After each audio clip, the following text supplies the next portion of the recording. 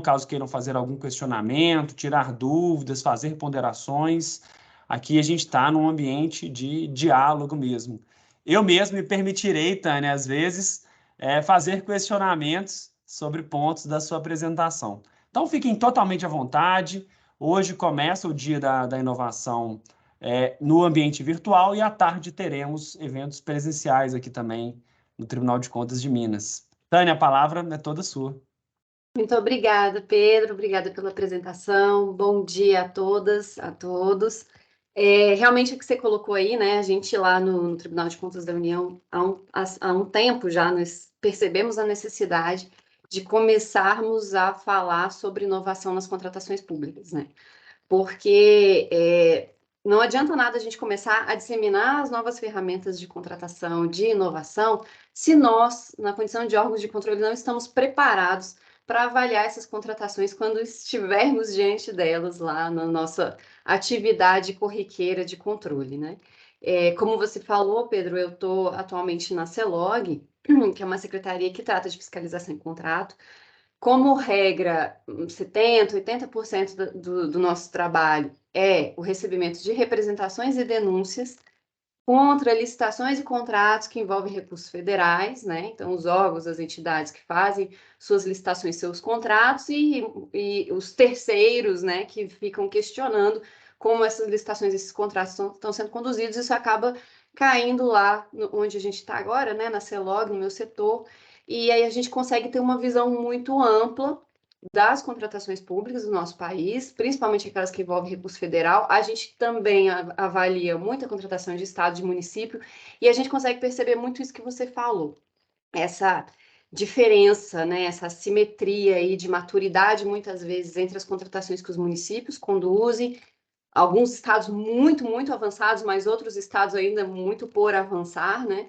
E as contratações no âmbito federal. Vocês vão perceber aqui da minha apresentação, que eu vou daqui a pouquinho compartilhar, que muita gente, depois que eu apresento, fala assim, tá, mas isso aí tá muito longe da nossa realidade, a gente mal consegue fazer o pessoal usar pregão eletrônico. Quem dirá essas ferramentas aí que você está apresentando, né? Que são as nossas possibilidades jurídicas que surgiram mais recentemente aí no nosso mundo das licitações.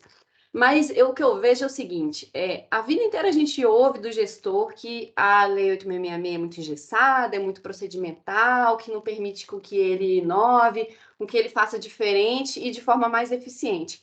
E o que a gente tem agora é justamente esse ferramental. A gente tem aqui uma série de ferramentas que, se bem usadas, se conhecidas pelo gestor, se estudadas pelo gestor, elas têm um potencial enorme para ele fazer muito mais, para ele sair do lugar comum e contratar com muito mais eficiência. Então, eu vejo que assim, é um divisor de águas, né? Aquele gestor que está acostumado lá com o arroz com feijão e agora tem essas possibilidades aqui que estão ali para o gestor que quer realmente botar a mão na massa e fazer a diferença, inovar e contratar com mais eficiência. Por outro lado, compete a nós, órgãos de controle também, revermos alguns dos nossos procedimentos, alguns dos nossos mindset, uma palavra que é ruim de usar, né? Mas algumas das formas com que a gente está acostumado a contratar, a fiscalizar, né? Porque a gente não pode simplesmente pegar o que a gente costuma aplicar nas licitações de contratos tradicionais e transferir para as licitações e contratos que se utilizem dessas novas ferramentas. Então, vocês vão perceber isso. Eu vou aqui compartilhar com vocês a minha apresentação. Confesso para vocês que muitas das dúvidas de vocês vão ser nossas dúvidas também no TCU. A gente tem um laboratório de inovação em que a gente conversa muito sobre todo o potencial que o controle tem para apoiar o gestor público a inovar, sobre como que a gente atua, né, como que a gente constrói um referencial para o controle, como atuar nesses casos. Mas é claro que a gente tem muita dúvida, e a gente só vai tirando essas dúvidas à medida que a gente for conhecendo as especificidades dos casos concretos e for construindo uma jurisprudência, analisando quais são os riscos envolvidos nessas contratações. Então, o que a gente tem agora é uma expectativa, é muito mais expectativa do que propriamente algo concreto, porque a gente quase não tem casos, né, avaliados em que a gente possa realmente falar, olha, esse aqui é um caso que foi destrinchado pelo TCU, por qualquer outro órgão de controle, tribunal estadual, que a gente possa dizer, não, esse aqui realmente a gente conseguiu construir um referencial que, né, se replique. Então, vocês vão perceber. Eu vou compartilhar aqui minha tela com vocês, e eu queria pedir, porque eu acho muito chato eu ficar aqui só falando, e vocês não interagirem comigo. Eu acho que a gente perde muito, sabe? Como a gente está aqui para aprender junto, o que eu queria pedir para vocês é, eu vou apresentando, o Pedro vai ficar de olho nas mãozinhas, né, Pedro, que eu não consigo ver, e quem quiser pode levantar a mão, assim que eu terminar a apresentação de um slide, a gente traz a pergunta, coloca a questão para conversar e para a gente ir direcionando a apresentação conforme a necessidade de vocês, a expectativa de vocês, tá bom? Então, eu vou compartilhar aqui e aí vocês me digam se tá ok. Como a gente atrasou um pouquinho, eu tinha feito uma apresentação muito longa, eu vou pular alguns slides que eu acho que não são tão interessantes e vou direto aos assuntos, né? Bom, eu trouxe aqui rapidamente algumas definições do que é inovação. Isso aqui é bem conceitual, né? Mas eu gosto de trazer sempre essa questão do manual de Oslo, né? Que é meio que o primeiro documento, assim, né? Que trouxe essa conceituação acerca de inovação que a gente adota nos nossos estudos lá no TCU e quase todas as instituições, né? Que tratam de forma muito séria e científica de inovação se pautam pelo manual de Oslo. Basicamente é essa questão de trazer novos processos, novos produtos para o mercado ou trazer um incremento ao que já existe no mercado, né? E aí é que vem a diferença entre inovar na contratação e contratar inovação, que a gente vê muito isso, né? Pessoal falando assim, não, mas eu melhorei um processo de trabalho aqui que trouxe uma eficiência para o órgão sensacional, mas muito provavelmente o que você fez aí foi inovar na contratação e não contratar inovação. Contratar inovação pressupõe que a gente, pelo lado da demanda, ou seja, por uma necessidade real, concreta da administração pública, a gente promove uma mudança de mercado, uma mudança fora da instituição.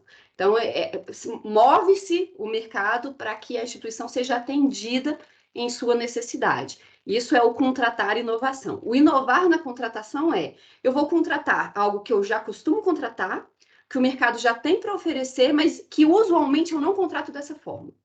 Um exemplo muito claro do inovar na contratação é, por exemplo, o Taxigov, da Central de Compras. Não sei se vocês acompanham as contratações da Central de Compras do governo federal. Eles resolveram mudar a forma de prover transporte para os servidores. Em vez de alugar veículo com motorista, eles passaram a usar aplicativo, né? E a demanda por necessidade conforme dentro daquele aplicativo. Isso é o inovar na contratação. Os aplicativos estavam ali. É claro que tem um outro ajuste a ser feito para atender governo, mas não é nada disruptivo, né? Que é a palavra da moda, não é nada que mude profundamente o mercado, e que traz um ganho de eficiência, pelo menos em teoria, e conforme os estudos que são trazidos pela Central de Compras, traz um ganho de eficiência muito grande para a administração, né? E já o contratar inovação, a gente poderia colocar aqui justamente o que vem, o objetivo da Lei Complementar 182, né? Então, é o quê? Contratar startups para desenvolver soluções para problemas que a administração tem que muitas vezes não faz ideia de como resolver. Ela coloca o problema para o mercado e diz, mercado, eu tenho esse desafio, me ajude a resolver. Eu não sei exatamente como, não sou eu que vou dar as diretrizes, não sou eu que vou dar todas as especificações técnicas no termo de referência, no projeto básico. É você, mercado, que vai me ajudar a resolver esse problema. E aí, pelo lado da demanda, a gente move o mercado para desenvolver uma solução que ou não existe, ou está muito incipiente, ou não tem escala ainda. Então, essa é a diferença. Aí vocês vão ouvir falar muito de PPI, né? PPI é uma sigla americana, né? Começou nos Estados Unidos, mas é mundial já, que em inglês, compras públicas para inovação, né? Public Procurement for Innovation. A gente vai falar muito de PPI, que não tem nada a ver com parceria, tá bom? E tem a ver com a contratação para inovação. A gente tem PPI com pesquisa e desenvolvimento e sem pesquisa e desenvolvimento, que é o P&D, né? Então, é isso que faz a diferença entre inovar na contratação e contratar inovação. Tudo que a gente fala de contratação de inovação, a gente está falando em PPI. Mas, ora, você tem contratação de pesquisa e desenvolvimento de produtos, serviços e processos, ora, não tem a necessidade de contratar essa pesquisa e desenvolvimento, tá? Bom, e aí a gente pergunta, por que inovar, né? A inovação está lá no artigo 11 lá da nova lei de licitações, dizendo que é um dos objetivos da contratação pública, mas por quê, né? Tudo tem uma razão de ser. Então, a gente sabe que estamos acostumados a ver na administração pública essa questão da escassez de recurso, então a gente precisa aprender a fazer cada vez mais com menos, né? A gente precisa otimizar a forma de contratar, os problemas que se apresentam até pelo mundo digitalizado em que a gente está inserido, a administração pública, são cada vez mais sofisticados, mais difíceis de resolver, principalmente se a gente tentar continuar resolvendo pelas formas tradicionais. Essa questão da necessidade de desenvolvimento tecnológico, não só intra-organização, mas de país, tem que ser um projeto de país, né? Esse negócio também de olhar só para o processo, né? A licitação por ela mesma, a contratação por si só, porque sempre foi assim, porque estou só prorrogando um negócio que acontece há 10 anos dessa forma. Isso já também não. A sociedade não aceita mais isso, né? A sociedade clama por processos de contratação que agreguem valor, que entreguem resultado, né? Que digam exatamente a que veio, né? Que resolvam problemas concretos e reais da sociedade. E até para que haja essa legitimidade da máquina pública, a gente mostrar a razão da nossa existência. Né? E eu me coloco aqui, apesar da gente ser órgão de controle, a gente faz parte da máquina pública para mover essa prestação de serviço para o cidadão, principalmente se a gente estiver falando de administração direta, né? Claro que as empresas públicas têm também seus outros objetivos, entregar valor para acionista e tal, mas assim, falando em administração pública, a gente tem muito essa questão da legitimidade da máquina pública, né? Para que a gente traga entregas úteis e cobre eficiência e resultado. Além de que a gente está na era da informação, então existe uma cobrança muito grande por parte da sociedade. Eles enxergam mais o que é feito, eles enxergam mais o que é contratado. A mídia também dá outra visibilidade para aquilo que é contratado. Então, por tudo isso, a inovação precisa ser uma das opções dos gestores públicos e ser também um objeto da nossa avaliação, tá? Eu trouxe aqui, vocês já estão, né, provavelmente familiarizados aí, na nova lei de licitações foi trazido no artigo 11 o incentivo à inovação e o desenvolvimento nacional sustentável como objetivo, um dos objetivos do processo licitatório. O desenvolvimento nacional sustentável já estava, né, na legislação anterior, inclusive está também na lei 13.303, que é das estatais, e o incentivo à inovação entrou aqui como objetivo.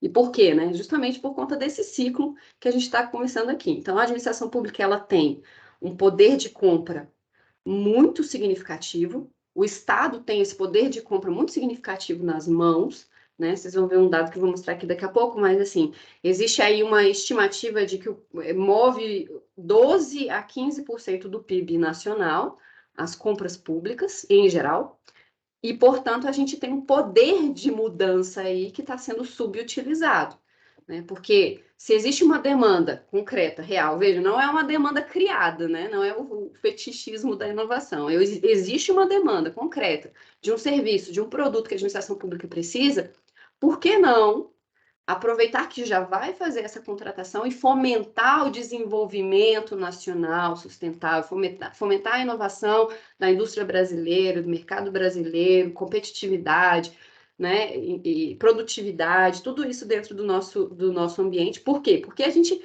vai induzir novos produtos, novos serviços, que vão trazer maior competitividade para o país, que, por sua vez, resulta em maior crescimento, emprego, renda e bem-estar social. Então, a ideia é isso, assim, é sair dos muros da nossa organização, começar a olhar que o que a gente faz dentro da organização pode ter um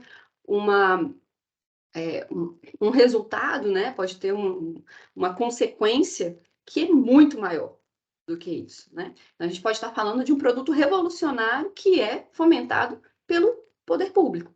E isso parece alguma coisa meio de ficção, mas é isso que acontece nos Estados Unidos, é isso que acontece na Europa. É que a gente não está acostumado a olhar para a máquina pública como um instrumento de fomento à economia, um instrumento de fomento ao desenvolvimento nacional e ao bem-estar social.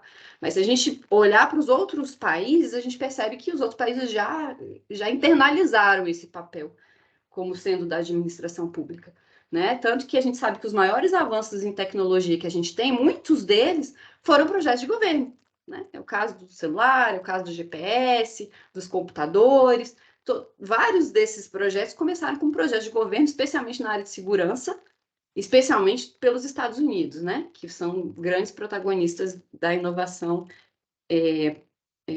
bancada, né, patrocinada pelo poder público. Eu trouxe aqui, né, uma citação aqui da OCDE. A OCDE, se vocês começarem a se interessarem, começarem a pesquisar, a OCDE é uma das organizações que mais vem batendo nessa tecla, né, de que tanto os órgãos de controle quanto os próprios órgãos governamentais contratantes precisam começar a olhar para a inovação, a promover inovação, né, a gente disseminar isso aqui que a gente está fazendo aqui hoje, né, a importância da inovação e de como o poder público se insere nesse contexto, né? Então, coloca aqui uma das principais tarefas dos governos é criar condições que induzam as empresas a realizar os investimentos e as atividades inovadoras necessários para promover a mudança técnica. E aqui eu não estou falando só de contratação pública, não. A gente hoje está falando de contratação pública, mas aqui isso aqui envolve o ambiente regulatório, isso aqui envolve desburocratizar a abertura de empresa, isso aqui envolve muita coisa para muito além da contratação pública, né?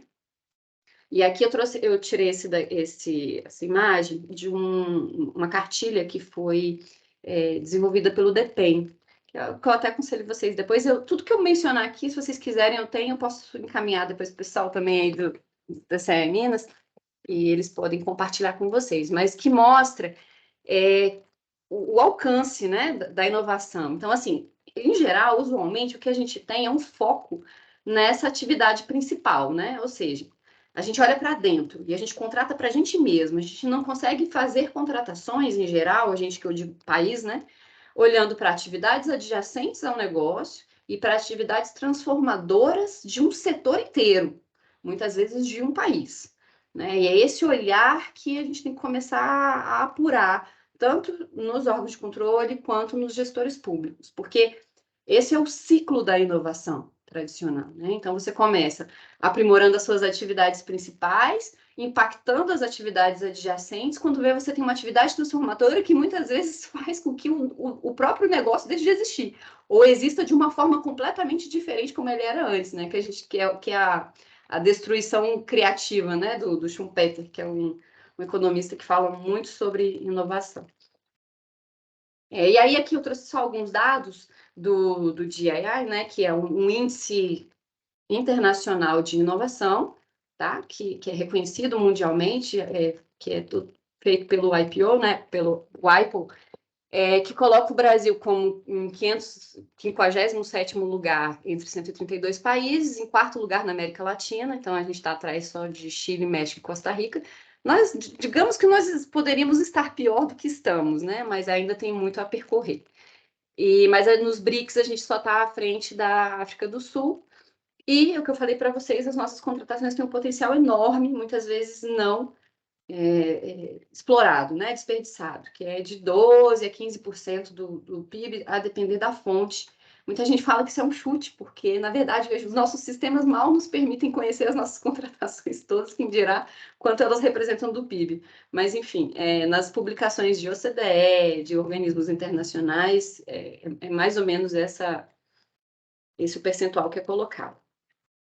E aí a gente tem também, indico para vocês, né, caso tenham interesse no assunto, consultarem o Observatório de Inovação do Setor Público da OCDE, tá? Eu deixei aqui os links em que eles tratam como temas prioritários atualmente essas 3 vertentes, que é a mudança climática, doenças infecciosas, disrupção digital e automação, tá? E como que o poder público pode influenciar nessas 3 áreas. E, claro, as contratações públicas estão aqui pelo meio, né? Eles têm vários estudos que trazem essa temática.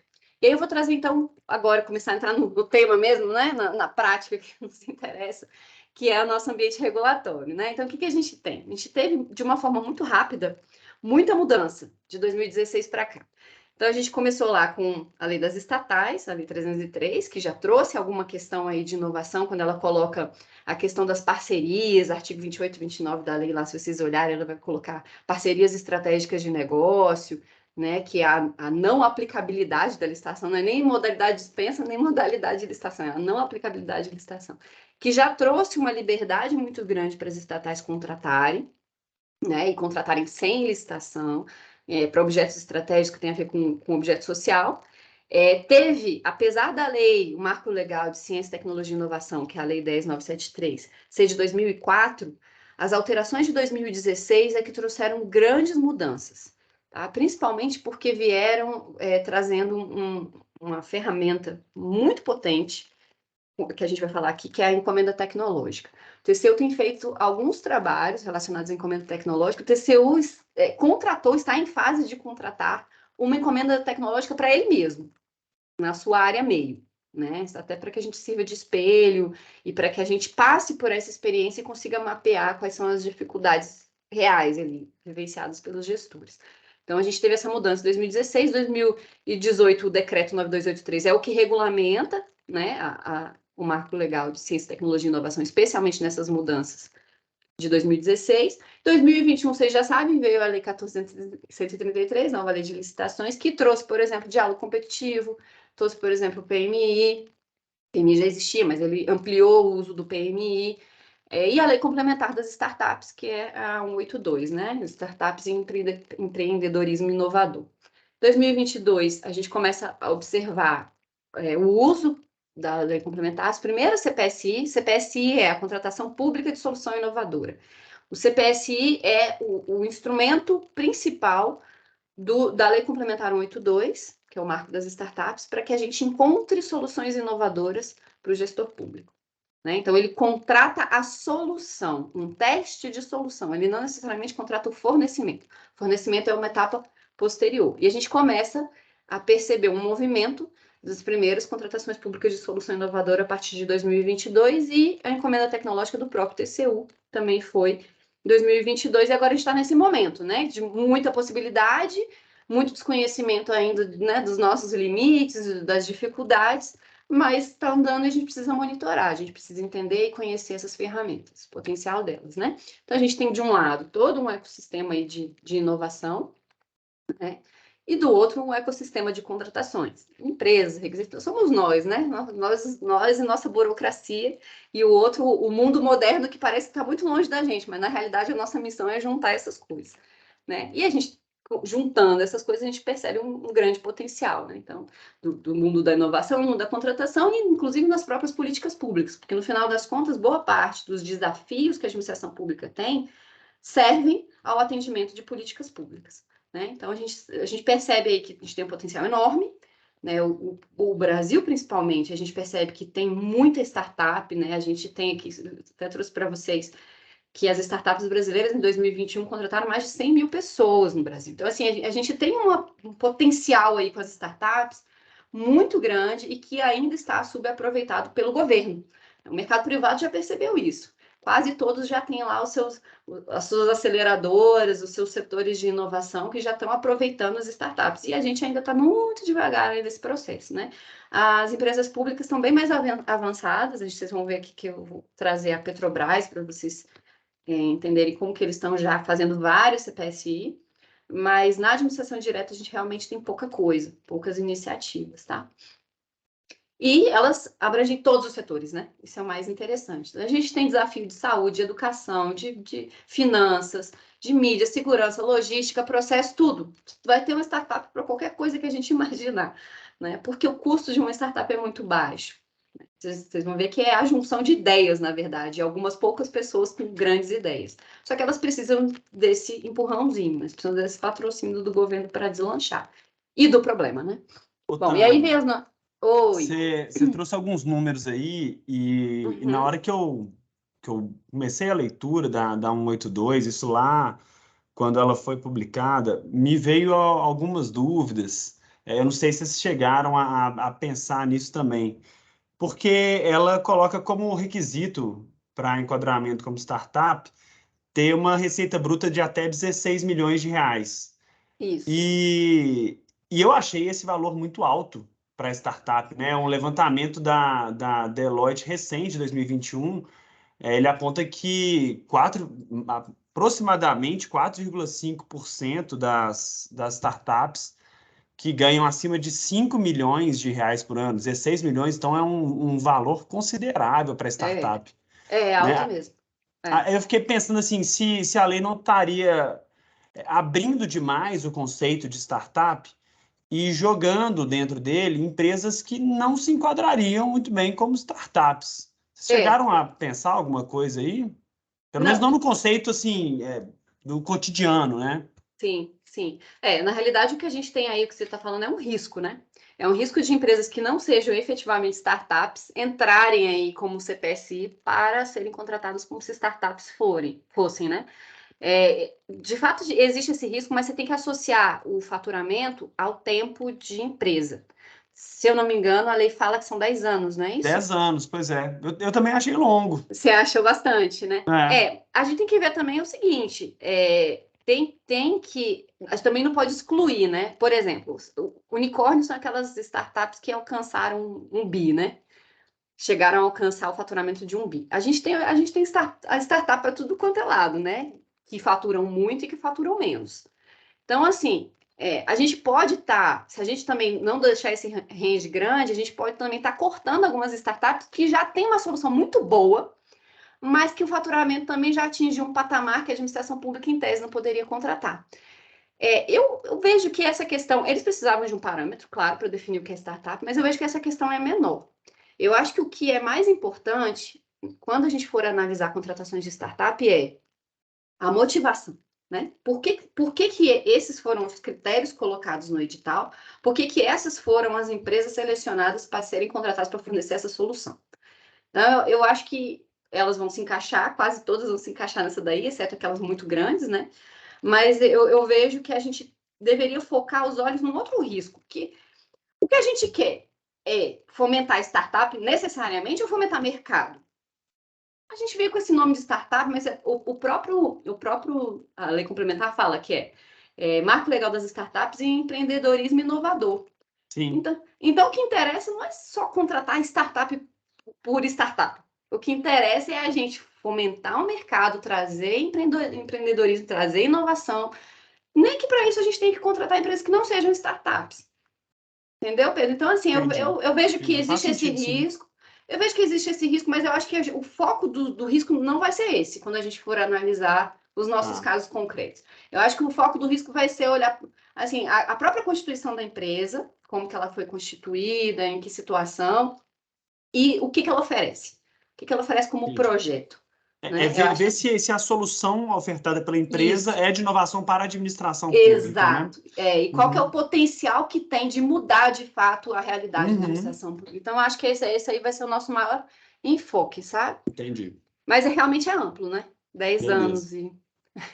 Mas você viu que tem algumas travas na lei? A lei fala também a questão de transferência de acervo, Vive. De, de, de, de você constituir novas empresas a partir de empresas anteriores. E isso tudo ele vai cortando, ele vai dizendo, não, sim, sim. isso Você vai conta. tirando alguns players que ultrapassariam esse conceito comum de startup com essas travas, né?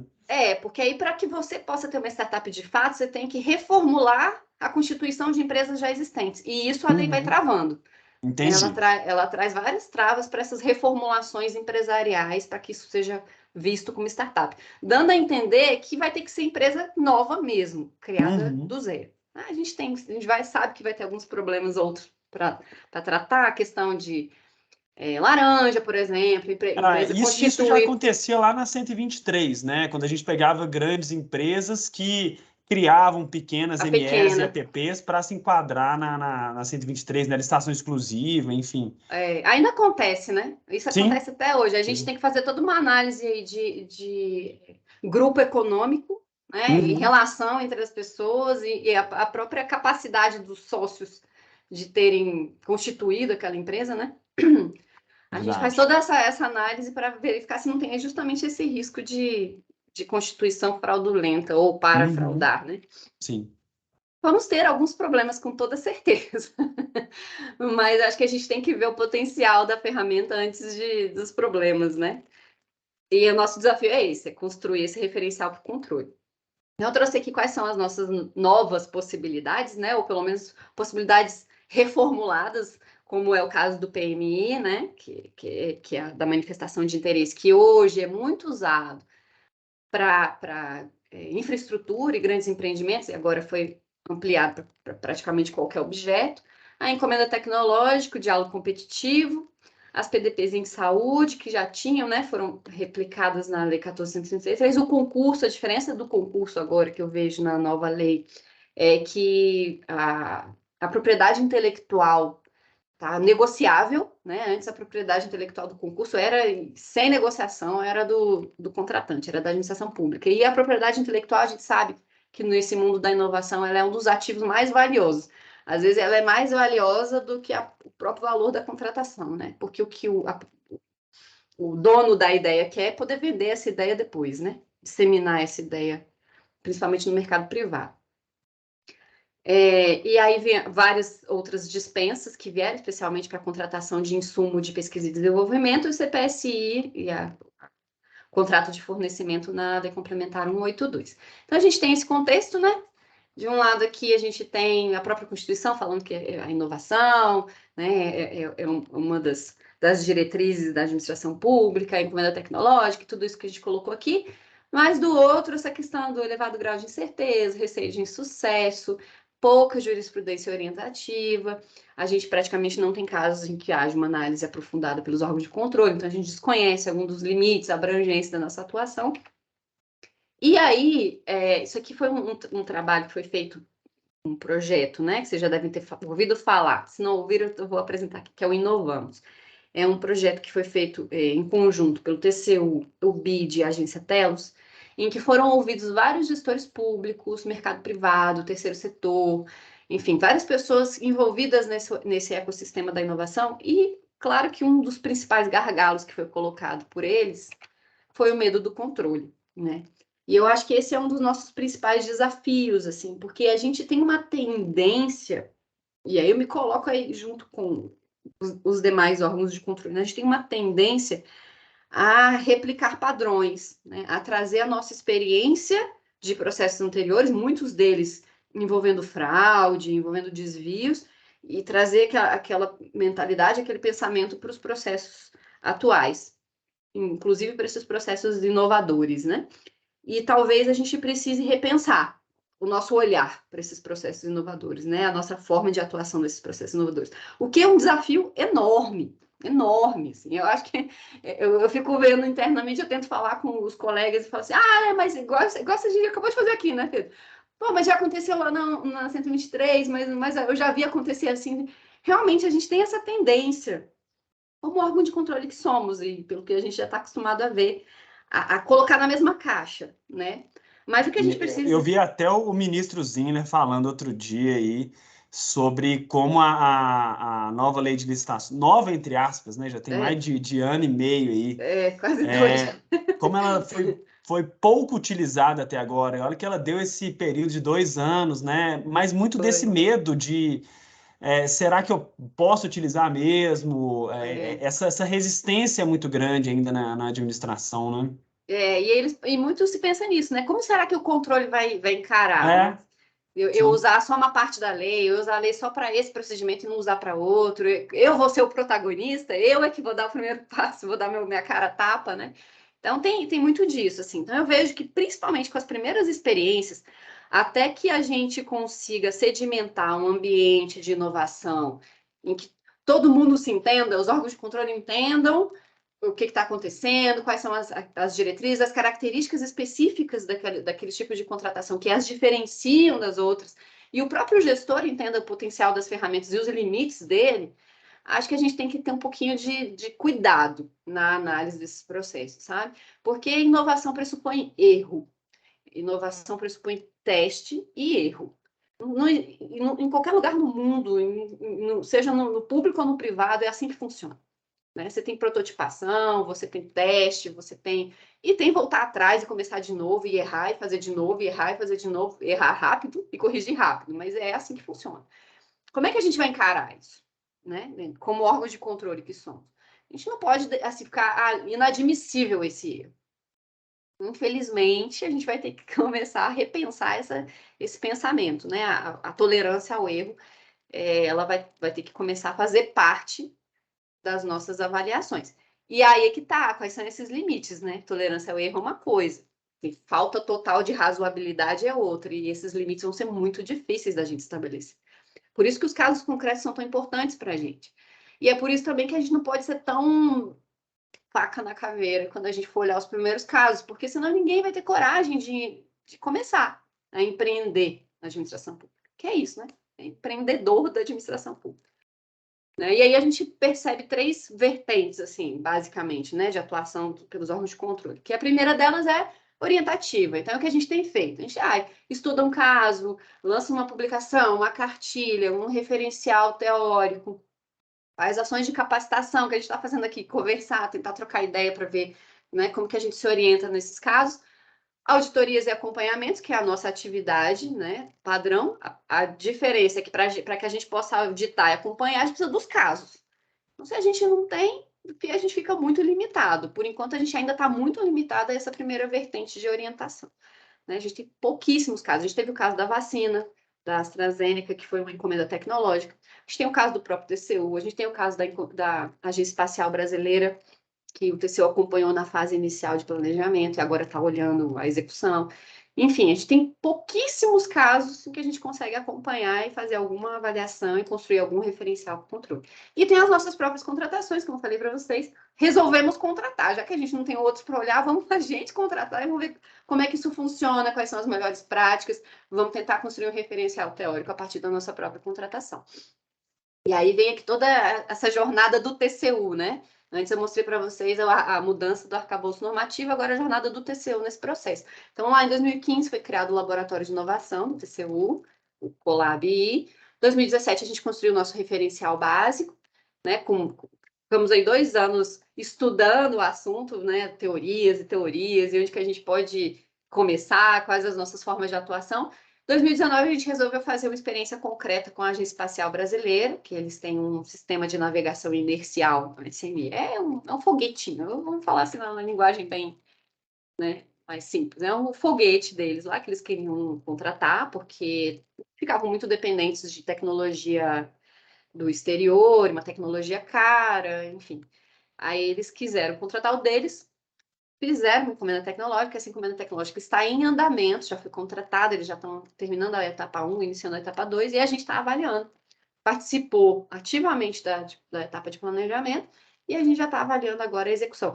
E engraçado que agora na execução, a gente começa a olhar, né, alguns pontos de fragilidade, que fala, poxa, isso aqui deveria ter sido colocado no termo de referência, isso aqui deveria ter sido feito, isso aqui eles podiam ter colocado de uma forma mais clara. Você vê, a gente participou com eles da fase de planejamento. E a gente, órgão de controle, não conseguiu ter essa clareza naquele momento. Hoje, olhando, né, as contratações que aconteceram, a gente tem uma outra visão e fala, poxa, realmente isso aqui foi uma falha na fase de planejamento. E nós participamos. Você vê que não é tão simples assim, e é muito fácil ser engenheiro de obra pronta, né? Olhar e falar assim, poxa, aqui muito claro, devia ter feito isso aqui, mas nem sempre as coisas são tão claras assim, principalmente diante do novo, né? Encomenda tecnológica é algo muito novo, assim como o CPSI. Aí vieram as nossas primeiras publicações, estão lá no site, tá? Do TCU, se vocês procurarem TEC, TCU, vocês vão achar a TEC do próprio TCU, e se vocês entrarem no Colab do TCU, vocês vão encontrar todas essas publicações que mostram como que foi a nossa atuação junto à Agência Espacial Brasileira. E aí, 2022 foi o Inovamos, né, e a nossa própria encomenda tecnológica, né? Então, isso aqui é a nossa missão, visão, valores, porque a gente entende que, na verdade, isso aqui é do Laboratório de Inovação. A gente tem as do TCU e as do laboratório, né? A gente entende que a missão lá do laboratório é justamente essa, né? De promover a administração pública por meio da integração entre gestores, controle e sociedade. Isso aqui é a carinha do nosso referencial básico do programa de inovação, que foi feito lá em 2017, também está disponível lá no site. E é isso, né? O objetivo. Trazer essa cultura da inovação, práticas inovadoras. Engraçado que a gente fala em práticas inovadoras e pensa em induzir o gestor público a contratar inovação. Mas internamente, como é que vocês têm feito as auditorias de vocês? E as nossas, lá no TCU, como é que são feitas? Né? A gente está pensando em modernizar, em digitalizar, em ganho de eficiência internamente também, a gente só pensa em cobrar do gestor público fora, né? Eu falo isso porque a gente está na era dos dados. A gente deveria estar fazendo cada vez mais auditorias baseadas em dados, né? Até para ter maior escalabilidade da nossa atuação, maior alcance da nossa atuação. A gente tem feito isso, pelo menos a gente está caminhando para estudar isso, tentar mudar, melhorar algum processo interno que demanda muito das nossas horas de trabalho, né? Questão de representação e denúncia, que não sei vocês, mas consomem a gente no TCU. Vocês têm pensado em como otimizar esse processo de trabalho, como a tecnologia pode ajudar, né? Sei lá, de repente uma inteligência artificial, tentar trazer teses já pré-constituídas, naquelas instruções mais simples, enfim, são tantas possibilidades e a gente tem, eu vejo que a gente tem essa obrigação, sabe, como administração pública. Se o mundo todo está pensando nisso, se o privado está pensando nisso, nós como administração pública não podemos ficar para trás. Daqui a pouco a gente vai ser fácil falar que não precisam mais da gente, né? Porque a gente vai estar tão obsoleto em relação ao resto do mundo que vai ficar complicado de defender a nossa própria atuação. Então, assim, é uma questão de sobrevivência, é uma questão de ganho de eficiência, de atuação útil à sociedade. Então, a gente colocou tudo isso aqui no nosso referencial, né? Olhar para fora, olhar para dentro. Fazer auditoria com metodologia ágil, né? Baseada em dados e, ao mesmo tempo, promover inovação pelo gestor, né? Pelo lado da demanda do gestor público que contrata. E, no caso, quando a gente coloca organização bimodal, é isso, né? Como que a gente caminha conjuntamente com as nossas práticas tradicionais, as nossas SAI, as nossas NAT, as nossas normas todas de auditoria que temos que seguir, e a modernidade. Como é que a gente conjuga as duas coisas? Isso é um desafio que a gente tem que pensar nisso também, né? Afinal, nós somos puro procedimento. Se vocês forem olhar, né, a qualidade do nosso trabalho vem muito disso, né? A gente tem regras e procedimentos, tudo muito bem documentado e é o que faz com que o nosso trabalho seja reconhecido pela qualidade. Eu trouxe aqui só uma citação do nosso referencial, que eu gosto muito de trazer, né? Que o próprio ministro, no caso aqui foi o Haroldo Cedrais, que escreveu, né?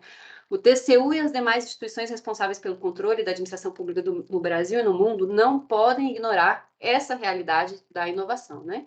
Se o fizessem, estariam condenados à obsolescência ou pior, à triste condição de se tornarem obstáculos para a necessária modernização do Estado. É isso. Não podemos ser obstáculo para a modernização do Estado, de forma alguma, né? Esse não, de forma alguma, é o nosso papel e a gente não pode atrasar, a gente tem que ajudar a avançar. Eu gosto muito dessa citação. Esse aqui é a experiência da IB, eu já comentei com vocês, né?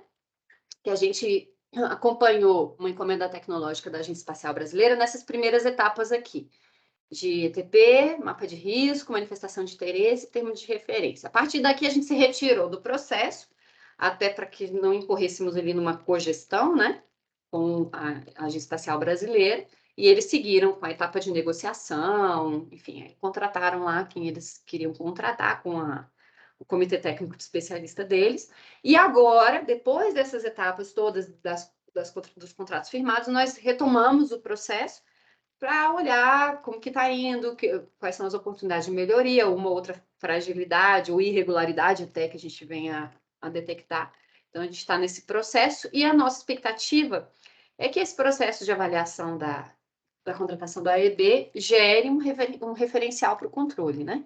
Então, a gente vai olhar e falar, olha, na fase inicial que nós participamos, essas foram as diretrizes, agora, olhando depois que foram contratados, a gente percebe que tem que fazer esse ajuste, aquele ajuste, esse risco existia muito forte, esse risco aqui tem que sempre ser ponderado pelo controle. Então, a ideia é a gente avançar nesse sentido. E aí, aqui a gente entra nas ferramentas propriamente dita, né? Uma delas, que eu já falei para vocês, encomenda tecnológica. Eu até, Pedro, queria te perguntar, eu trouxe aqui para falar dos pormenores da encomenda tecnológica do CPSI. Eu vi que você falou do CPSI. Eu não sei se a expectativa de vocês é que eu fale só sobre o CPSI, eu já posso ir direto para lá. Não, para a gente, assim, o tema é amplo, Tânia. Você falando de inovação para a gente está excelente. É óbvio que, assim, eu, por ser da área jurídica, tenho um contato maior com os contratos, tanto de fornecimento como CPSI.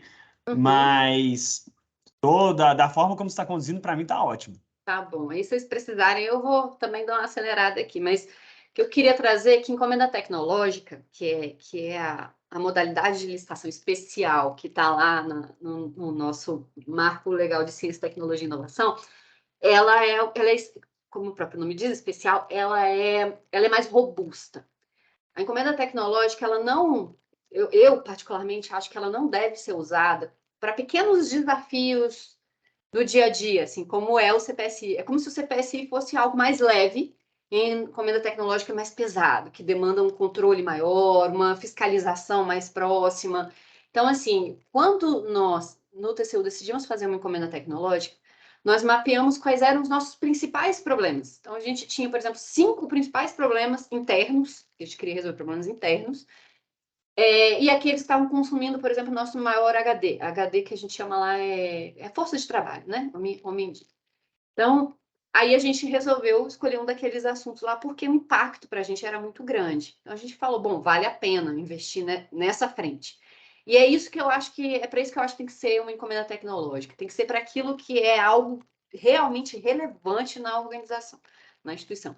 A gente, normalmente, uma organização tem vários pequenos desafios, mas tem aqueles que, se resolvidos, fazem uma diferença muito maior. O impacto é muito maior. Então, eu imagino que uma encomenda tecnológica é para esse, sabe? Até porque a encomenda tecnológica, ela pressupõe que você vai contratar empresas que já estão no mercado, que já têm uma infraestrutura boa, que já têm experiência. Experiência, inclusive, é um dos requisitos para a contratação da encomenda tecnológica.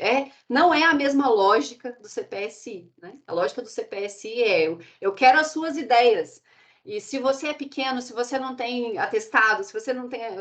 Isso talvez seja irrisório para mim. O que eu quero são as suas ideias, para esses pequenos desafios. Né? É isso Então, mesmo, tem assim, essa grande diferença. flexibilizo tudo de habilitação, mas me dá a sua ideia. E aí Isso. depois a gente vê o fornecimento. Exato. E até porque isso é barato. Assim, É, olhando para a administração pública, 1.600.000 é barato, né? Que é sim. o limite do CPSI. Enquanto que uma encomenda tecnológica não tem limite. Você pode pagar aqui 50 milhões de reais numa encomenda tecnológica, 100 milhões de reais. Claro que, assim, óbvio que isso tudo tem que ser feito na fase de planejamento, ponderado esses valores, inclusive a disponibilidade orçamentária e o retorno, né? Sempre é necessário fazer essa avaliação de custo-retorno, porque o investimento tem que justificar o potencial retorno da, da, da evolução tecnológica, né? Da solução tecnológica. Então, mas a ETEC, ela pressupõe uma coisa que é muito importante. ETEC pressupõe risco tecnológico.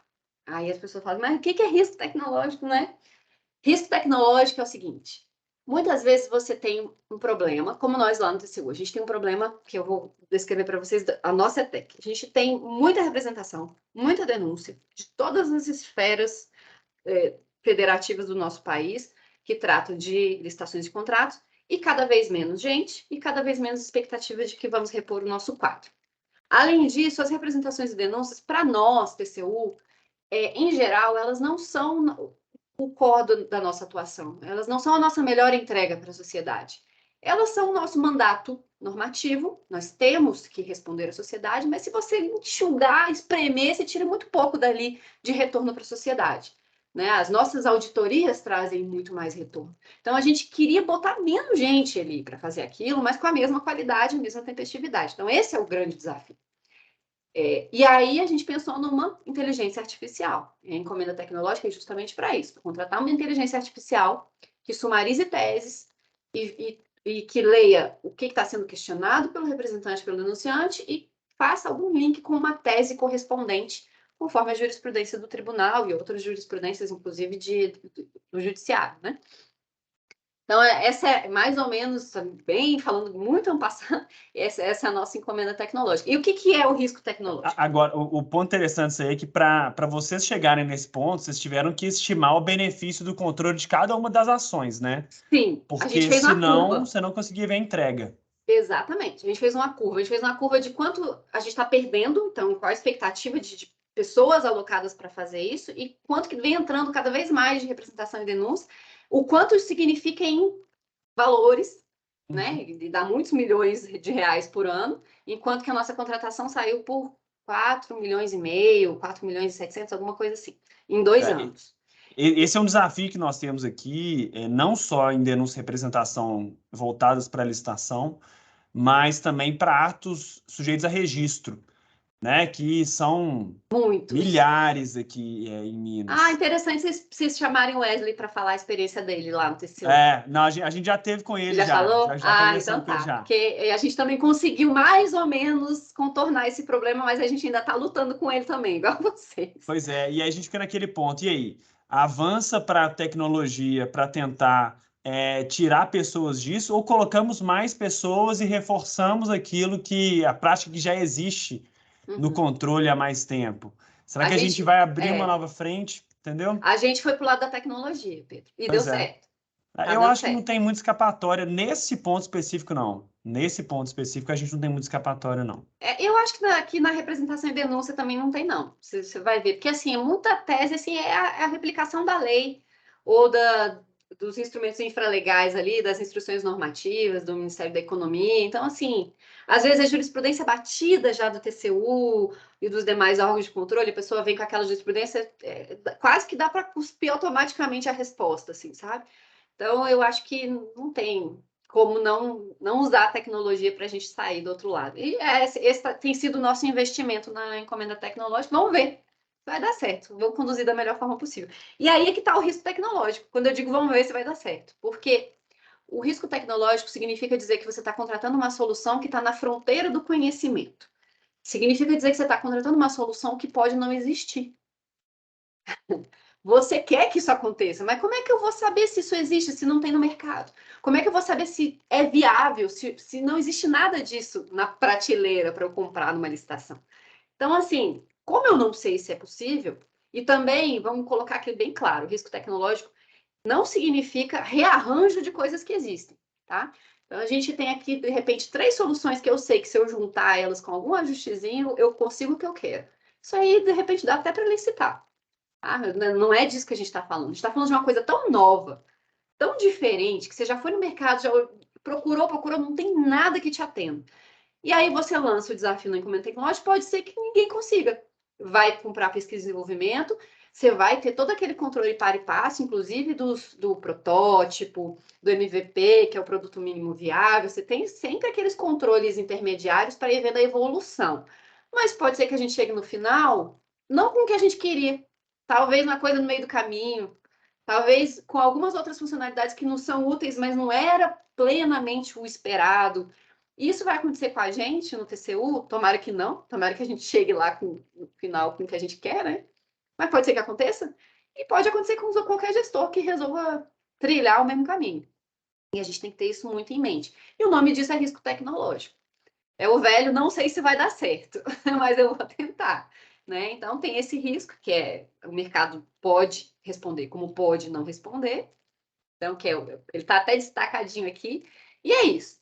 Tem que ter uma falha de mercado, ou seja, eu já fui ao mercado, eu conheço o mercado, eu vi que o mercado não tem nada que resolva aquele problema.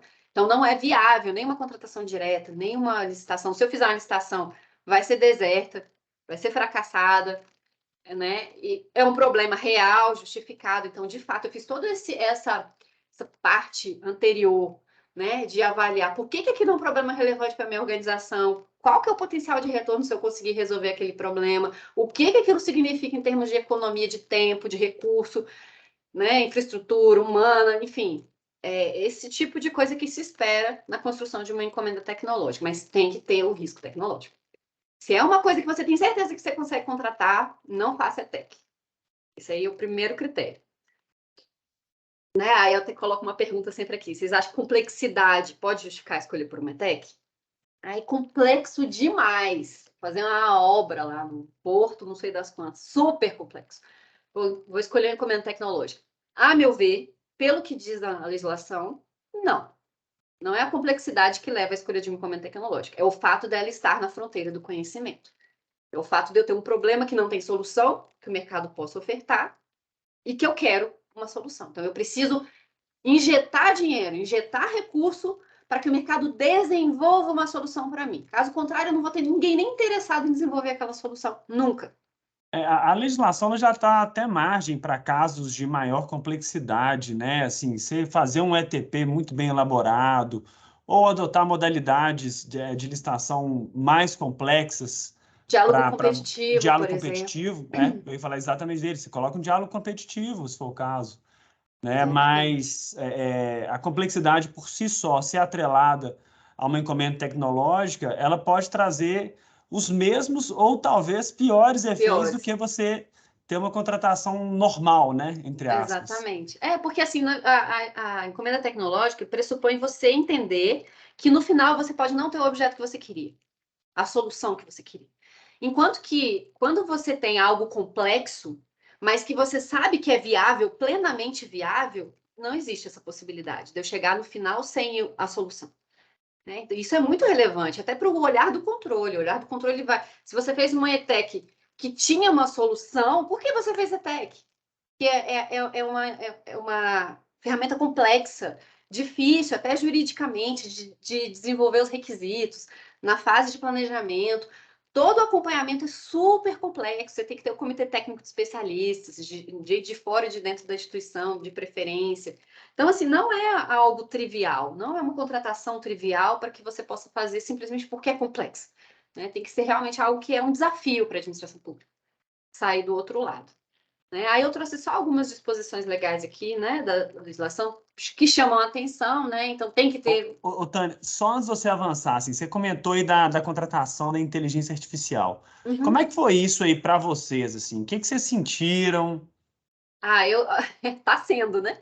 É, Vou colocar para vocês em que momento que a gente está.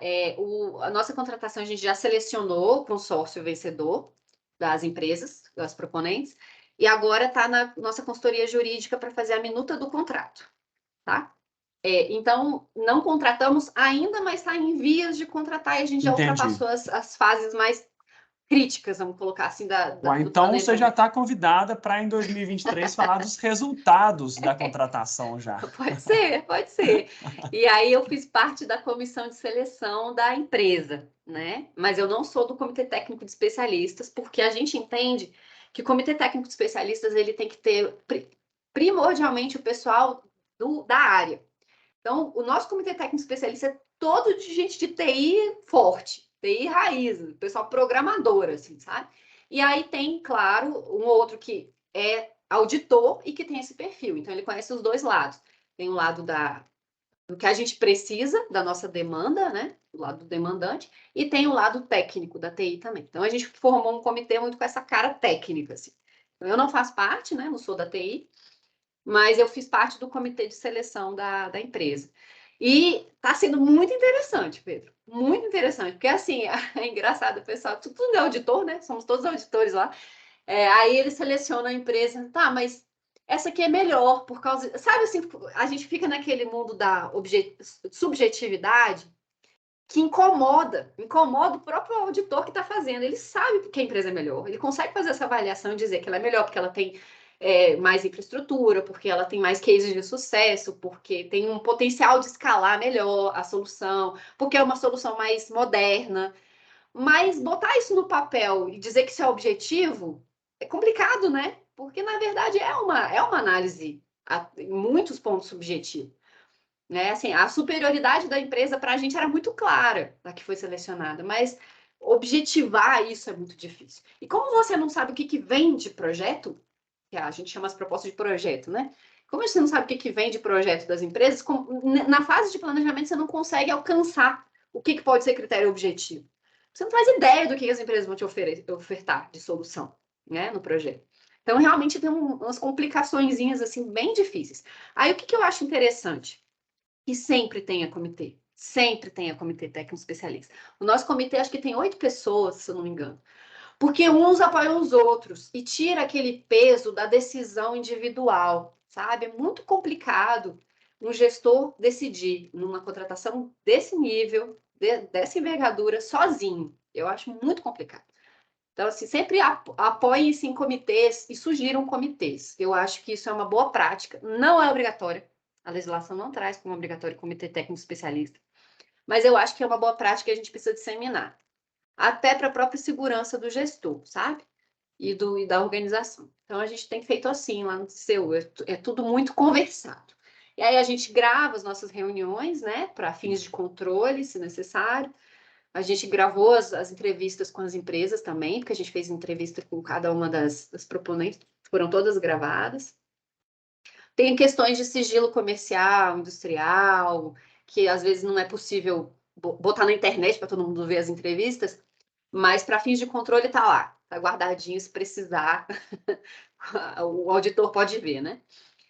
E aí eu trouxe aqui rapidamente algumas disposições legais, assim, né? Para o pessoal entender até a diferença entre uma encomenda tecnológica e um CPSI. Então, trouxe essa questão de haver risco tecnológico e emprego formal de pesquisa e desenvolvimento. Então, na verdade, o que o governo faz é comprar pesquisa e desenvolvimento, não é comprar a solução. Porque a solução a gente não sabe se é possível.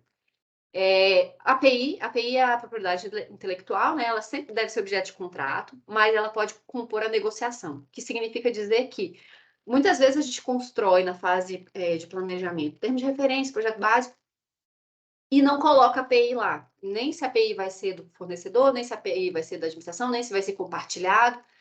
Por quê? Porque a gente entende que a propriedade intelectual é um instrumento forte de negociação na fase de apresentação dos projetos. Então, pode ser que eu consiga condições melhores de pagamento, de preço, até de oferta de tecnologia, se eu flexibilizar a propriedade intelectual. Então, a propriedade intelectual ela pode ser objeto de negociação. Ela não precisa estar engessada desde o início do planejamento. Tá? Aí cabe aqui contratar empresa, contratar ICT, contratar startup, contratar até entidades sem fins lucrativos. Isso não está na Lei Complementar das Startups. A Lei Complementar das Startups não compreende, por exemplo, ICT e terceiro setor, né? Pelo menos não expressamente. Pode ser que alguém faça uma leitura mais ampla e entenda que sim, né? Mas não é. Aqui está expressamente na contratação de encomenda tecnológica. A definição da remuneração também pode ocorrer na fase de negociação, tá? Pode ser critério de decisão. Então, assim, não é o critério, tá? Então, assim, a gente vai definir que o critério vai ser, por exemplo, reembolso de custo, ou pagamento fixo com parcela variável por desempenho. Essas questões, em geral, já estão no edital, já estão definidas. O que a gente pode negociar são as etapas. Então, cada etapa pressupõe um tipo de negociação ou não. Você pode manter o mesmo critério de remuneração ao longo de todas as etapas, ou cada etapa ter um critério de remuneração diferente atrelado ao risco que oferece. Tudo isso pode ser objeto de negociação, tá? Tudo isso pode ser objeto de negociação, conforme prevê o edital do órgão que vai contratar. E a vigência de até 120 meses, e é possível no final não, isso aqui é já no contrato, tá? Pode ter uma opção de compra de grandes quantidades. A ETEC tem um negócio interessante, que ela prevê até a possibilidade de que o governo vai patrocinar uma planta piloto. Então, digamos que a gente esteja contratando um produto, né? Que eu falei de um serviço, no caso de IA, foi serviço, né? Mas digamos que a gente viu uma vez uma apresentação da Petrobras que eles estavam contratando um robozinho, queriam contratar um robozinho, enfim, um dispositivo que conseguisse varrer o fundo o leito lá dos oceanos onde estavam dispostos as tubulações, né? Que levavam o óleo, enfim, e que esse robozinho conseguisse identificar falhas, vazamentos, enfim, que aparentemente naquele momento era feito por humanos, né? Tinha uma coisa assim. Gente, se eu estiver falando assim, eu não estou falando com o nível técnico da Petrobras, porque não é minha área, né? Mas era mais ou menos essa ideia que eles estavam colocando para a gente. E aí, o que eles falavam? Que se conseguissem desenvolver isso que eles precisavam, eles poderiam comprar muito mais depois daquele dispositivo, né? Então, de repente, poderia ser o caso da administração pública avaliar, patrocinar uma planta piloto de desenvolvimento mesmo, industrial mesmo, né? De várias unidades daquilo ali para que ela mesma venha consumir depois. Então, tem essa opção de compra de grandes quantidades e a opção de planta piloto tem também na encomenda tecnológica, conforme o caso. Nós mesmos no TCU não é o nosso caso, não se aplica, então a gente não previu isso. Tem formas diferentes de remuneração, que podem ser por etapa, ou pode ser a mesma remuneração, etapa a etapa, conforme o TRL. O TRL é uma unidade que a gente usa muito de nível de maturidade da solução, né? Ela vem lá da NASA, você tem TRL 0 até 9, da menos madura a mais madura das soluções, No 0, ela é muito conceitual, no 9, ela já está pré-comercial, então já está praticamente sendo vendida no mercado. Então, isso aqui importa na hora de você definir quais são os seus critérios de remuneração, qual é o risco envolvido, se é alto, se é baixo, né? É possível exigir um centro de custo, principalmente em reembolso de custo. Então, você pode exigir que a empresa contratada tenha um custo separado para o seu projeto, né? E que ela fique prestando contas, né, desse reembolso. Eu gosto muito do professor Howe, do IPEA, que ele faz essas apresentações também de encomenda tecnológica. Ele fala que não é ficar lambendo nota fiscal. Não é o controle que a gente está acostumado, de pegar nota por nota e cara crachar, e é isso, comparar com o preço de mercado, não. Ele fala assim que é uma prestação de contas muito mais assim de razoabilidade, né? Se é compatível o gasto empreendido pela empresa para se chegar àquilo ali com a entrega, né? E isso pode muito bem ser objeto de avaliação também do Comitê Técnico Especialista, que ele não atua só na fase de seleção do fornecedor e planejamento, ele pode atuar durante toda a execução do contrato, e deve atuar durante toda a execução do contrato, preferencialmente, né? Ele exige um project manager, né? Um gerente de projeto, né? E os conhecimentos, essa é a parte mais difícil. Contratar, principalmente a tech, exige que você tenha pessoas com conhecimento compatível com o que está sendo contratado. Isso é o mais difícil. A maioria dos órgãos públicos não tem isso. O Comitê Técnico Especialista... Isso não só para encomenda tecnológica, mas para qualquer tipo de projeto. É difícil achar um bom project manager na administração. Eu acho que esse é o nosso maior gargalo, sabe, Pedro? Porque assim, por que a gente não avança? A gente não avança porque a gente tem pouquíssimas pessoas que conhecem desse assunto, que se interessam por esse assunto e que têm capacidade técnica de se desenvolver nesse assunto, né? Então, você tem que ter um pessoal de TI muito forte, tecnologia, você tem que ter o pessoal de negócio, que entende a fundo do negócio. Fora que tem que ter essa diversidade, todo mundo trabalhando junto. O jurídico tem que estar com a gente, porque senão a gente acaba fazendo besteira, que a gente fica muito no técnico e esquece de olhar quais são as especificidades, o que a lei manda que a gente faça, né? Então, assim, todo mundo formando esse grupo que vai promover essa contratação, nem todo órgão tem essa estrutura. A gente sabe que o governo federal tem isso muito mais do que os governos estaduais e municipais, até pelo volume de pessoas, né, nos órgãos. Então, acaba se tendo uma diversidade maior. Então, eu vejo isso muito como gargalo, infelizmente, para a inovação. Então, acho que talvez a solução para isso seja a gente começar a promover esses eventos de capacitação, né? Então, falar assim, pessoal, vamos lá, vamos nos desenvolver nisso, né? Vamos conhecer melhor sobre esses instrumentos, conhecer melhor sobre tecnologia. Outra coisa que eu acho interessante é a gente ter alguns pools de especialistas, assim. De repente, se a gente tivesse centros que congregassem vários especialistas e a administração fosse pensando dali para qualquer esfera, né? A gente sabe quem são os especialistas. Eles não precisam estar atrelados a um órgão específico. A depender do especialista, ele pode transitar por várias organizações, né? Em prol do interesse público. Então, acho que a gente tem que pensar em outros arranjos, né? Porque os arranjos que a gente tem hoje realmente viram um gargalo, essa questão das pessoas. Aqui eu trouxe para vocês o que o TCU já fez, né, lá no Inovamos, que foi a construção dessa jornada pública de inovação.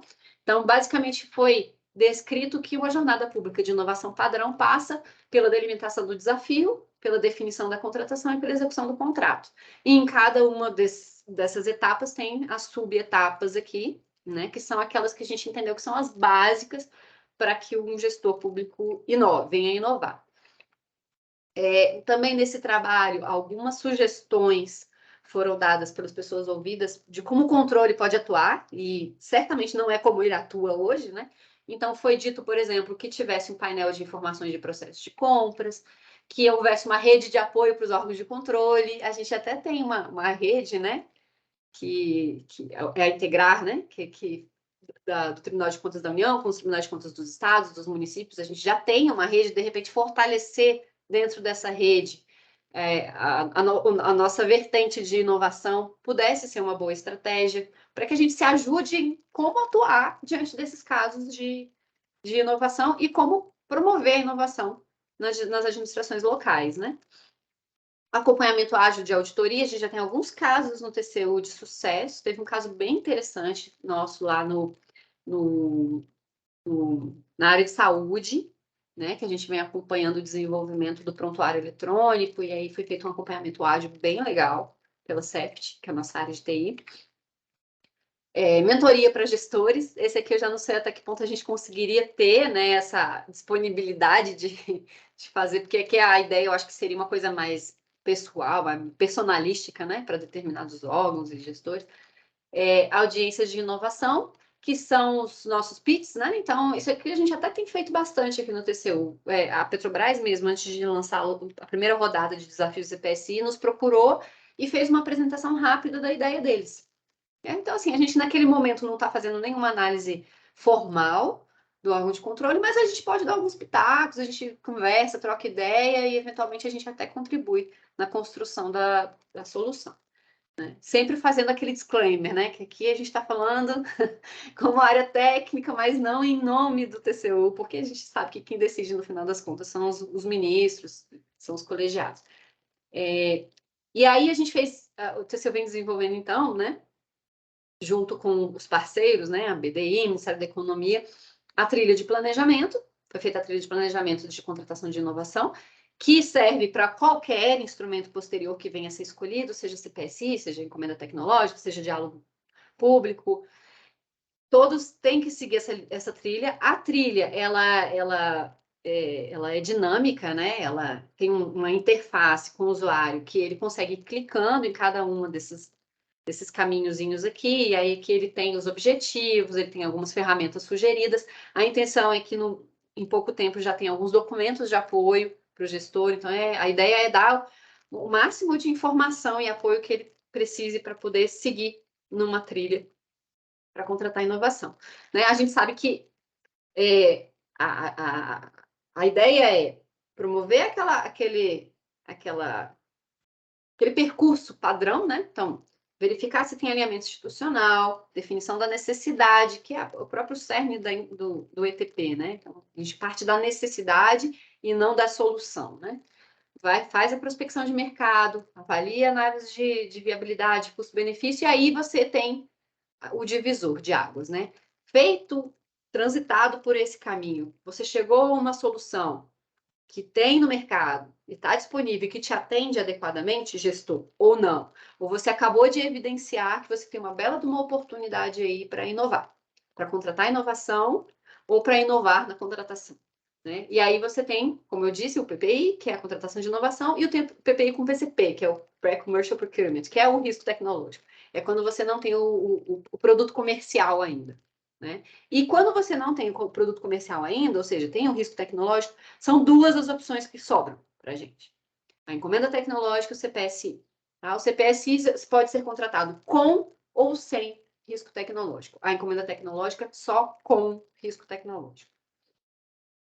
Aí aqui eu trouxe só um slide, né, só de uma das etapas de quais as perguntas que os gestores precisam se fazer, né, exemplificando aqui apenas. E trouxe aqui para vocês agora o CPSI, que eu tentei traduzir aqui esquematicamente o que diz a legislação, né?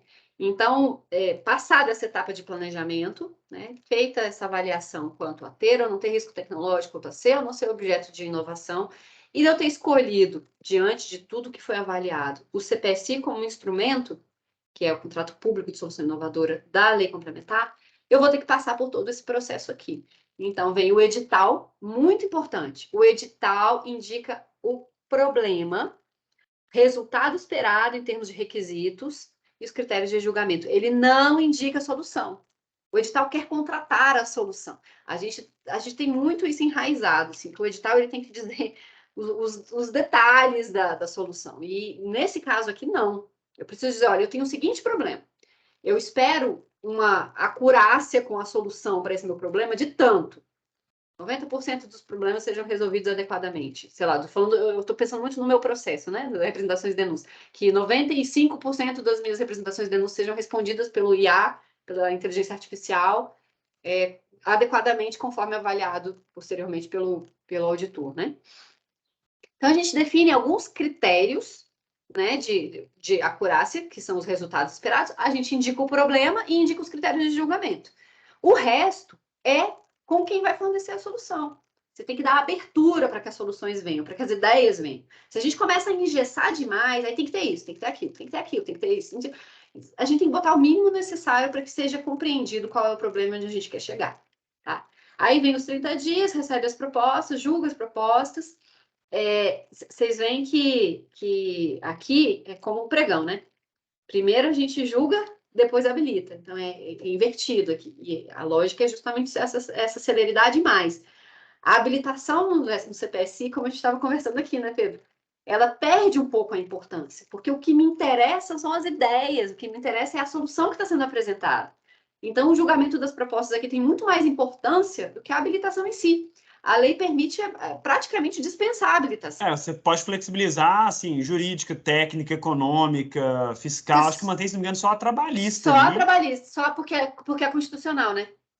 Senão até isso é possível que tivessem flexibilizado. É só o que está na Constituição que foi mantido, né? Que é a previdenciária e trabalhista. O resto está tudo flexibilizado. Então, assim, a habilitação realmente perde a importância aqui, né? E mais uma vez, por isso que eu entendo que o CPSI é um instrumento de soluções de desafios pequenos, rápidos, sabe? Assim, por quê? Porque se der errado, é como aquela história, né, da pessoa que vai lá na Bolsa de Valores e joga em 10 empresas pequenas, e se uma der certo, ela vale por todas as outras 9 que deram errado. É mais ou menos essa lógica, né? Então, assim, o erro vai ter que ser admitido em alguma medida aqui, mas pelo menos o investimento foi pequeno. E a expectativa, se aquela solução fosse desenvolvida, valia a pena. Valia a pena, principalmente olhando o conjunto de desafios que foram lançados. Isso quando são muitos desafios lançados, né? Mas pode ser também individualmente essa avaliação. Então, tem essa parte de negociação, critério de remuneração. A legislação, a lei complementar coloca como facultativo, mas eu entendo que o facultativo nunca é facultativo nesses casos de negociação, né?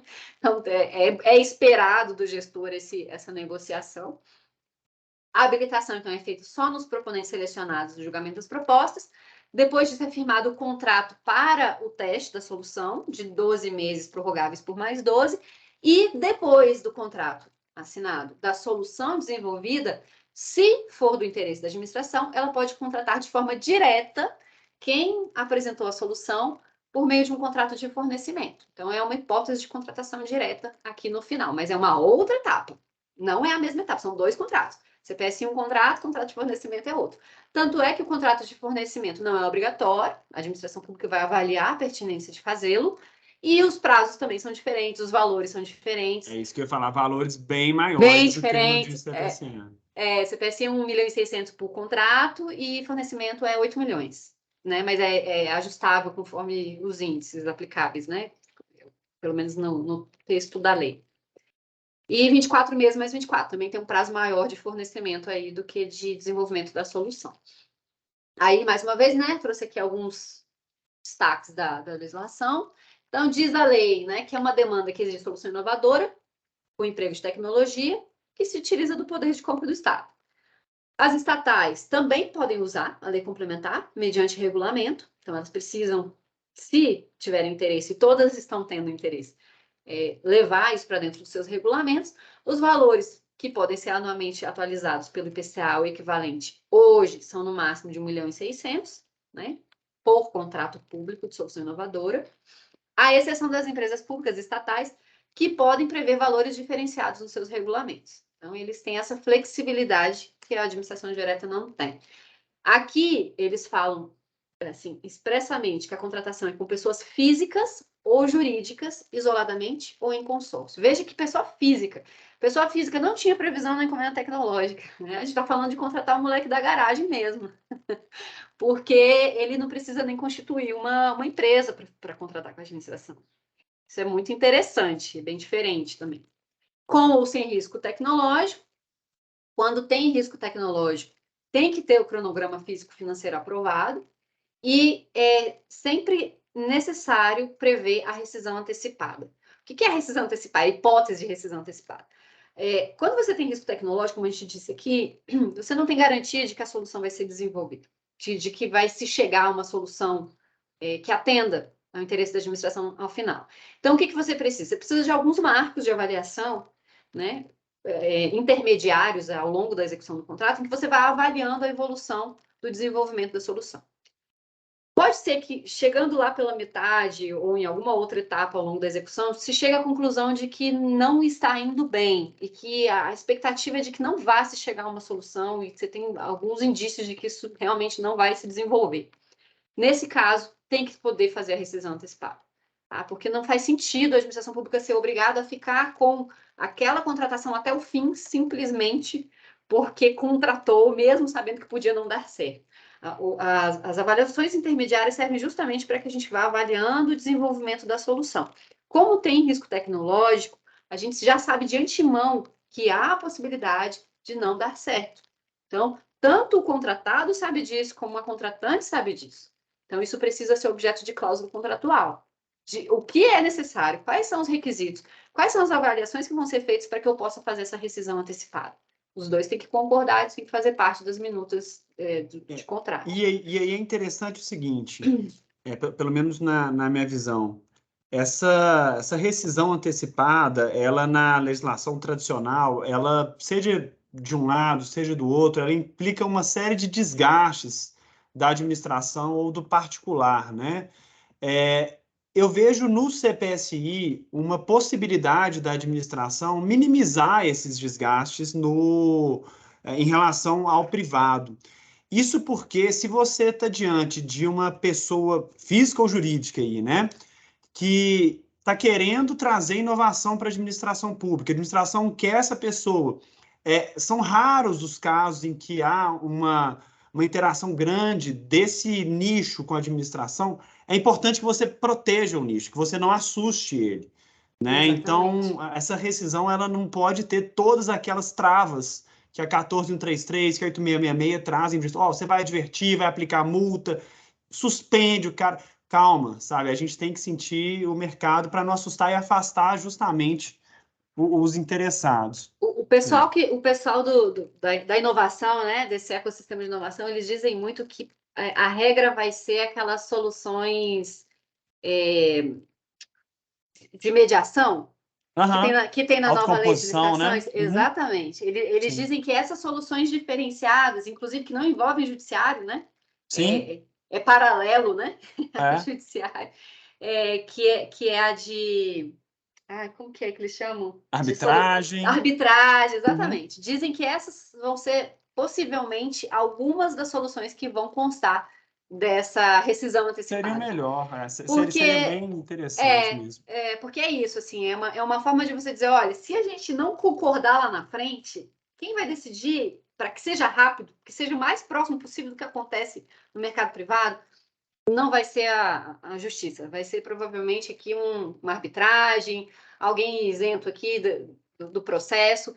E, além disso, a gente já sabe, como você falou, né? A gente já sabe que é possível que não dê certo. E nós dois temos que concordar quais são esses critérios que vão levar realmente. Não está dando certo, então vamos encerrar por aqui. Então, é isso, a gente já antecipar esse risco e prever no contrato. Mas é bem interessante, é bem diferente, né? Do que a gente está acostumado nas contratações.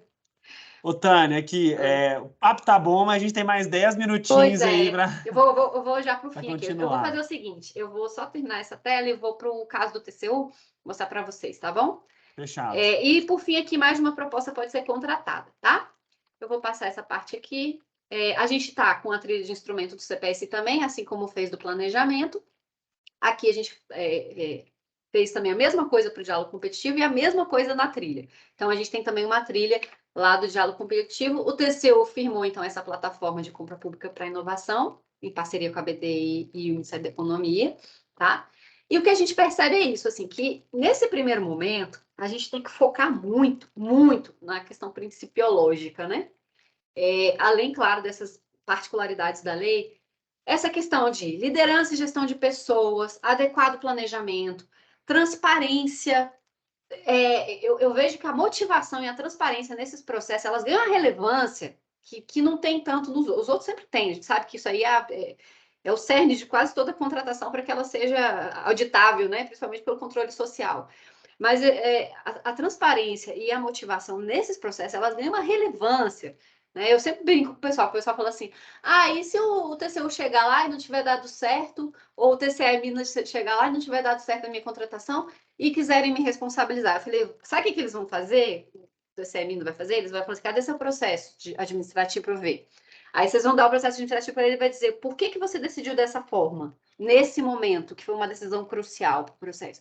Se tiver motivado, se você tiver feito objetivamente, motivado, levantado os dados, as informações, mostrado que você fez o melhor que você podia fazer naquele momento, tá resolvido. É isso que a gente vai buscar. A gente vai olhar cada vez mais para o processo de motivação, da tomada de decisão e para a transparência do seu processo. Eu fico batendo nessa tecla para os gestores, porque às vezes a gente vê gente muito mal acostumada.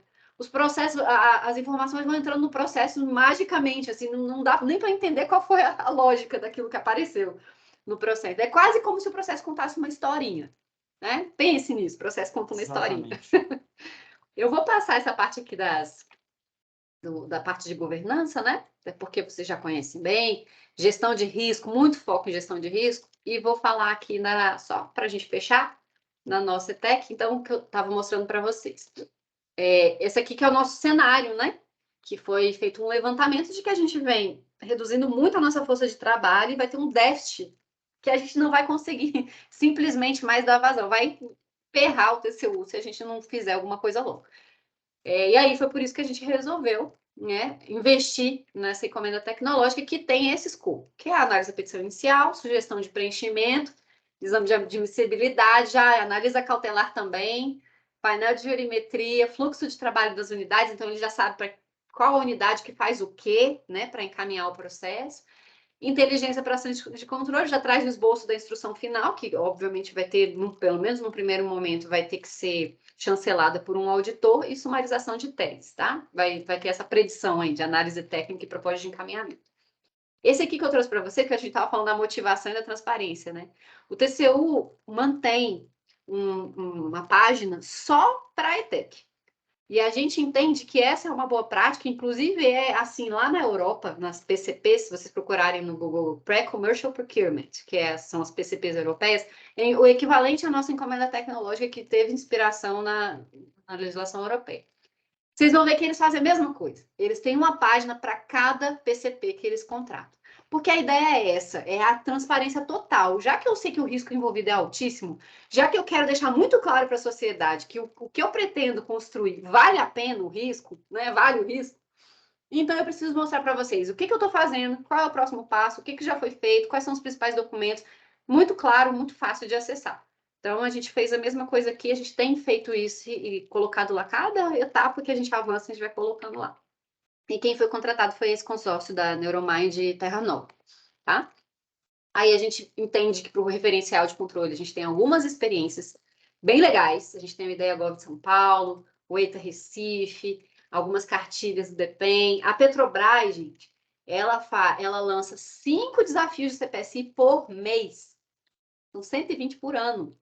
É muita coisa. No início, eles tinham, acho que, 5 áreas que davam os desafios, que eram as áreas mais de negócio, de óleo, de gás. Agora, são 30 setores já da Petrobras que ficam mandando os desafios para serem objeto de CPSI. Então, eles já estão, assim, lá na frente com o CPSI. É um bom case para a gente estudar, tá?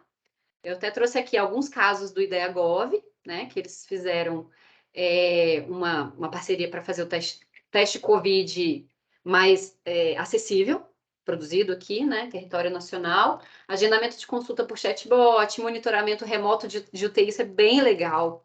Depois, se vocês quiserem, eu passo os detalhes desses projetos para vocês, mas são vários projetos que já foram objeto de CPSI ou estão sendo objeto de negociação em CPSI, tá? E esses 5 atuais da Petrobras. Atualmente, a Petrobras está com esses 5 desafios aqui. Áreas internas de transformadores, inspeção remota de equipamento de área de difícil acesso, enfim, vários outros. E a gente tem muito material legal para consulta. Aqui a gente tem o fluxograma do IdeaGov, aqui a gente tem a EduTech, aqui eu trouxe um exemplo de PCP, que é para desinfecção sem humano, né? Lá que foi desenvolvido até bem antes da Covid, mas foi muito utilizado na Covid, na europeia, e alguns acordos que o TCU já vem cobrando essa questão da inovação. Então, a gente vem cobrando a implementação. Você vê esse acordo aqui, né? que avaliou a implementação do novo marco legal de ciência, tecnologia e inovação nas universidades, dizendo que ainda é muito baixa a aplicação dele pelas universidades brasileiras. 14 universidades não possuem sequer políticas de inovação formalizadas. Tem esse outro acordo que eu acho bem interessante, que fala sobre a estratégia de Estado para a inovação. Tá? Então, assim, quais são as nossas prioridades, né? Quais são os nossos objetivos mensurados? Para que lado que a gente quer ir? Afinal, onde é que a gente vai investir? Vai ser na agricultura? Vai ser no setor aeroespacial? Vai ser no setor de defesa? Essa falta de clareza que a gente, como Estado, ainda tem, e o TCU fez essa avaliação e recomendou à Casa Civil que ajustasse, né? Coordenasse a sua Estratégia Nacional de Ciência e Tecnologia. E aqui eu trouxe algumas outras partes, né, passagens de acordos em que o TCU fala muito dessa questão, da necessidade da gente pensar de forma inovadora na contratação pública. E a visão é essa, né? No final, daqui a pouco tempo, a gente vai estar cobrando do pessoal. E aí? E a inovação? O que você tem feito para promover a inovação? É isso, pessoal. Obrigada. Desculpa se o tempo não deu para falar um pouquinho mais. Ô, Tânia, eu te agradeço profundamente. Por mim, a gente ficava batendo papo aqui a tarde inteira, porque o tema é muito gostoso de conversar, porque ele é novo, ele não é aquele tema de direito administrativo pesado dos manuais antigos, assim, são novidades que, querendo ou não, nós vamos ter que se adaptar. Eu tenho certeza aí que a Leila aí na gestão de pessoas, quando viu o gráfico perdendo pessoal no TCU, já parou e pensou assim, meu Jesus, Aí tá igual nem eu vou escapar dessa. Nem eu vou escapar dessa. E é verdade, assim, o tribunal, Exatamente, Pedro. né? O tribunal todo tem que se adaptar. E não apenas para controlar o jurisdicionado, mas para exercer a sua atividade administrativa. Sim. Por isso que no Dia da Inovação a gente busca não apenas um olhar para fora, mas um olhar para dentro também, das nossas atividades, né? O que a gente está fazendo que pode levar a essa inovação? Ô, Tânia, eu não tenho autorização nem permissão para fazer o que eu vou fazer, mas você já está convidada para falar dos resultados da nossa do programa aí no TCU, porque eu estou ansioso para saber como é que foi, como é que vai ser o desenvolvimento desse contrato aí no TCU.